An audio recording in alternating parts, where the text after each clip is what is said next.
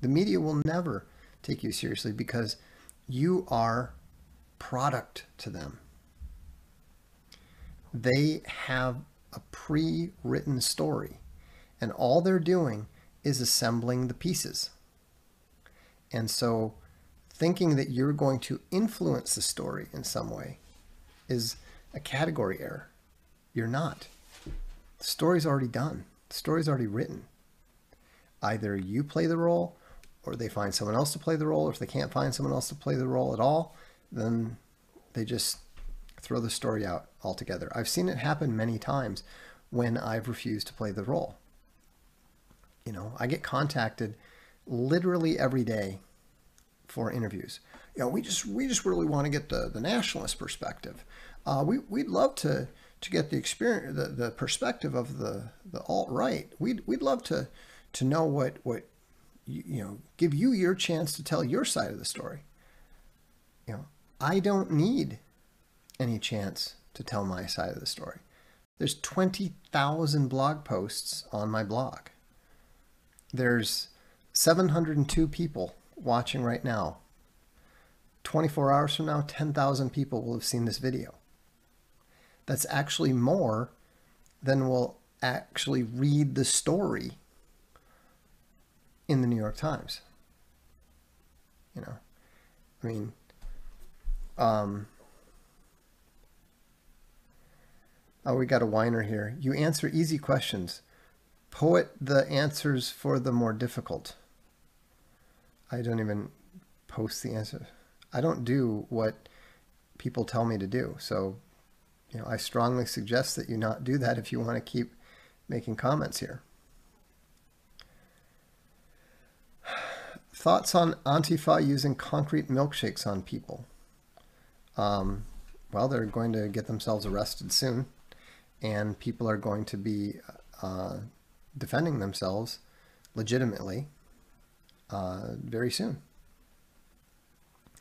So, this is funny. Save Western Civilization now says, Jared Taylor is exposing the media. No, he's not. We all know what the media is. You know, that's like saying, I'm going to expose Hillary Clinton for being a woman. Everybody knows. He's not exposing the media. He's seeking attention. That's it. You know, that's why people contact me and they say, well, you know, I know it'd be best if I didn't talk to the media, but, you know, I have this opportunity because this radio station contacted me and they really want to know, you know, our side of the story. I think they're really interested. I mean, you know, they ask some smart questions and I really think it's a good opportunity to open some eyes. I always tell them, don't do it. And, you know, people are beginning to listen a little bit more. I would say maybe 3 times in 10 that they say, yeah, okay, you're probably right. 7 times out of 10, they'll say, well, you know, I think that this, I mean, I know you're probably right most of the time, but, you know, I think in this case it's different. And inevitably, they end up, you know, telling me something similar to what Jared Taylor was posting. Oh, they selectively took a few of my words and made me look bad and made me look crazy. It's like, really? Imagine that, you know? And here's why I finally reached the conclusion that there's just no reason to do it whatsoever, that Stefan Molyneux was correct all along. And keep in mind, Stefan Molyneux is the one who really understood before any of us that you just have to build your own platform and completely ignore the media. And he's been very, very successful in doing that. And I have tremendous respect for what he's built on his own with Free Domain Radio. You know, and he and I talked about this, and, you know, I had the more conventional perspective of, well, you know, any news is good news and that sort of thing. And he said, no, maybe it used to be that way, but it's not that way anymore. And here's why. And let me explain. The media has now been weaponized. So, for example, when Amanda Robb from Rolling Stone contacted me and wanted to do a story about Castelli House, and I got to give Space Bunny credit. She's like, don't talk to her. It's not going to work. She's out. To get you. And I knew that there was an element of that, but I also know that Rolling Stone doesn't really do generic hit pieces. They do. They might do complete fiction, like the story, the ridiculous story about the non-rape at Dartmouth or wherever it was. But they do tend to do in-depth, insightful stories. And so, and also the story wasn't about me, and it wasn't about the right wing, and it wasn't about nationalism, it wasn't about alt-right. It was about Castelli House. What we were doing, how we had come out of nowhere, and why our books were so well regarded. And so I thought, okay, this isn't something about me. This isn't something about politics. I have a responsibility as a, editor at the publishing house to help sell the books, help sell the company, right?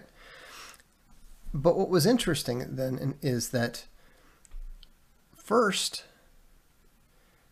she wasn't able to get anything useful out of me.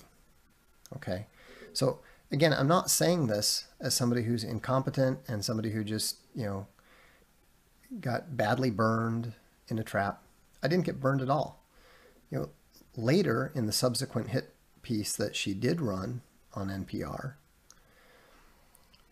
she complained about the fact that she talked to me for 3 hours and she was very frustrated because she couldn't get anything out of me, by which she meant I never gave her any disqualifying kill quote, right? But here's what happened, is that she then used that to try to interfere with what we were doing on Amazon. She actually contacted Amazon and tried to get us deplatformed on the basis of some of the comments that I had made to her. Now, again, I didn't give her anything useful enough, but if I had, she would have been taking them to Amazon.